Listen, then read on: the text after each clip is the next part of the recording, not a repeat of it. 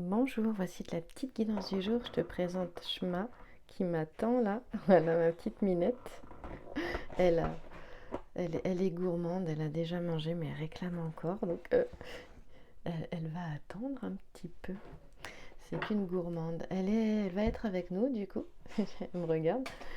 Alors j'ai pas pu poster hier. J'avais j'étais très prise par les enfants.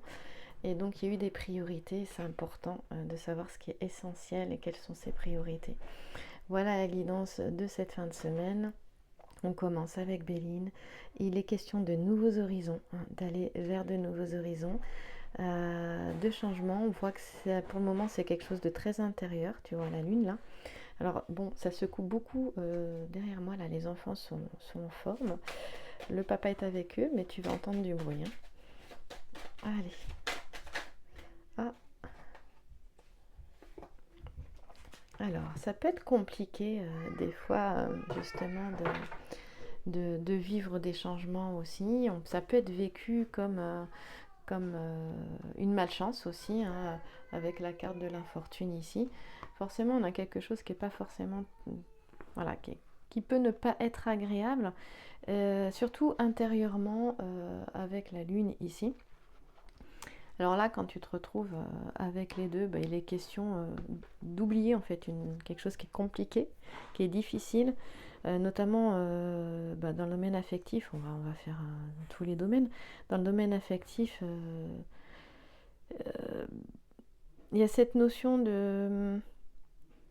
d'aller vers de nouveaux horizons, tout simplement. Voilà, de laisser le passé au passé, moi c'est ce que j'ai envie de te dire, et d'aller vers de nouveaux horizons. Et puis dans le domaine professionnel, eh bien c'est ça aussi, c'est d'aller vers quelque chose de nouveau, de prendre un nouvel envol au niveau professionnel, d'aller vers d'autres projets. Et puis au niveau financier, eh bien, on voit qu'il y a une notion d'effort pour maintenir une situation financière qui peut être peut-être limitée. Voilà, c'est faire attention en fait. Les deux sont liés en fait, c'est-à-dire que le fait de prendre un nouvel envol professionnellement va permettre aussi de régler des soucis financiers, et peut-être même aussi le fait d'aller de tourner la page du passé. Il est vraiment question de tourner la page du passé. Là je viens de terminer des guidances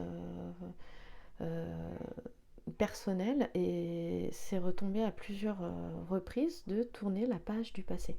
Donc tu vois, tu tournes le livre, tu arrives à la dernière page d'un livre, et puis tu vas en ouvrir un autre. La première page est blanche, et tout le livre est blanc, et c'est à toi d'écrire ton histoire. Et donc du coup, quand tu passes à autre chose, même au niveau sentimental, eh bien, ça impulse aussi des changements dans le domaine professionnel et financier.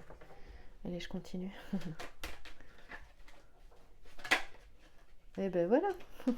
Nouveaux horizons au niveau sentimental. Voilà. Nouveaux horizons au niveau sentimental. C'est vraiment cette... Ouais, il est vraiment question de ça. C'est marrant qu'on l'ait plusieurs fois comme ça. J'aime bien quand je dis quelque chose comme ça, et la suite, euh, les cartes qui arrivent, les prochaines cartes qui arrivent, viennent le confirmer. Voilà, j'aime bien. Je joue beaucoup avec les cartes. Ça m'a toujours... j'ai toujours aimé, je les trouve joueuses les cartes aussi. Donc ici, eh bien, il y a quelque chose qui annonce aussi, donc là je te l'ai lu dans ce sens. Attends, je pose. Il y en a une autre. Attends, non, elles sont mal mises mes cartes. Voilà. Ici, je te l'ai lu dans ce sens-là. Maintenant, je te lis la carte du nouveau départ avec l'amour. On te dit qu'il est question aussi d'aller vers de nouveaux horizons, donc d'un nouvel amour aussi. De cultiver... de penser en fait intérieurement, d'imaginer ce nouveau bonheur qui arrive. Voilà. Voilà. Et quand ça c'est là, ne te pose pas de questions. C'est-à-dire que si tu débutes une relation, ne te pose pas de questions. Voilà, vis là dans le moment présent en fait, c'est ça aussi que ça veut dire.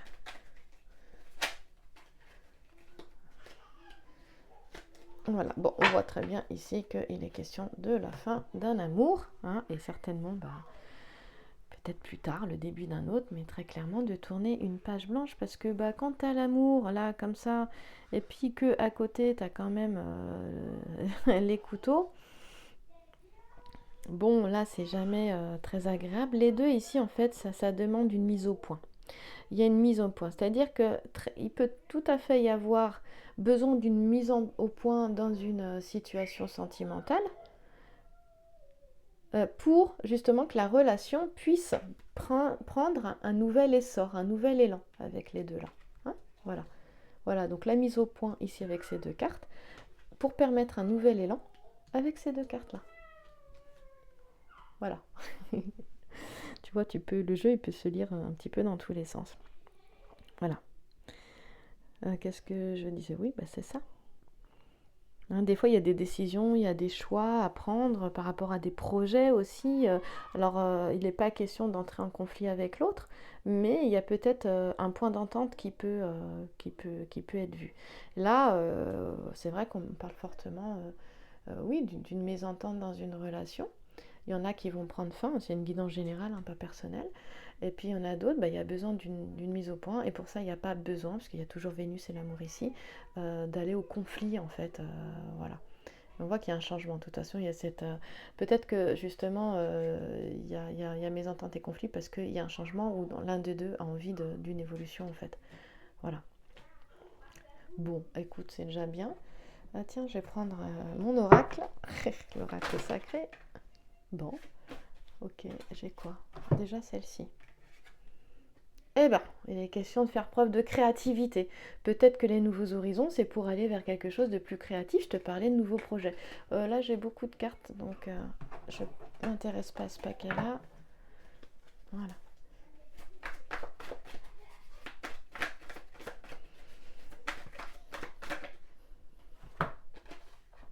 Ah, voilà. Peut-être que les nouveaux projets, les nouveaux horizons aussi, il y a des prises de conscience aussi qui vont, ouverture de conscience, il y a quelque chose qui va germer ici, hein, et qui se fait jour, et qui t'amène à un changement, petit papillon ici, petit papillon là. Oui, je me suis amusée à en mettre plusieurs en fait. Pour pouvoir justement te dire, mais écoute, le changement il va passer par ta créativité. Donc, suis ton cœur, suis tes envies, tes désirs. Il y en a une ici, j'ai envie de la prendre. Allez. Donc, voilà. Hop, hop. Peut-être que il y a quelque chose de créatif là déjà auquel tu pensais déjà par le passé qui est là, mets-le en action là. Et ça va peut-être te venir, hein, tu vas en avoir là, le déclic. Ah, alors ça peut être en lien. Vraiment, il y a cette notion du passé qui est fortement présente ici, quelque chose du passé. Peut-être quand tu étais petite fille ou petit garçon, si tu regardes cette guidance, tu es un homme, elle peut te parler aussi. Hein. Et quelque chose du passé qui revient ici, en fait, dans le moment présent, déclic en prise de conscience, et qui clairement vient certainement guérir, transformer, apporter vraiment une guérison dans une lignée familiale. Hein, c'est transgénérationnel ici. Pour aller vers de nouveaux horizons, je te donne une piste. Voilà. Allez, on y va. Et je vais terminer avec le grand jeu de Mademoiselle Lenormand. Allons-y.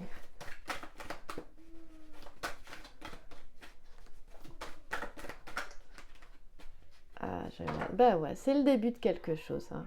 Nouvel envol, on l'a vu. Je vais y arriver. On l'a vu ici. Hein. Voilà, il y a le début de quelque chose d'autre, donc que ce soit au niveau professionnel, financier, on l'a vu sentimental, elle fait partie du domaine du mariage. Hein. Je veux rester juste avec celle-ci en fait. On va faire ça comme ça.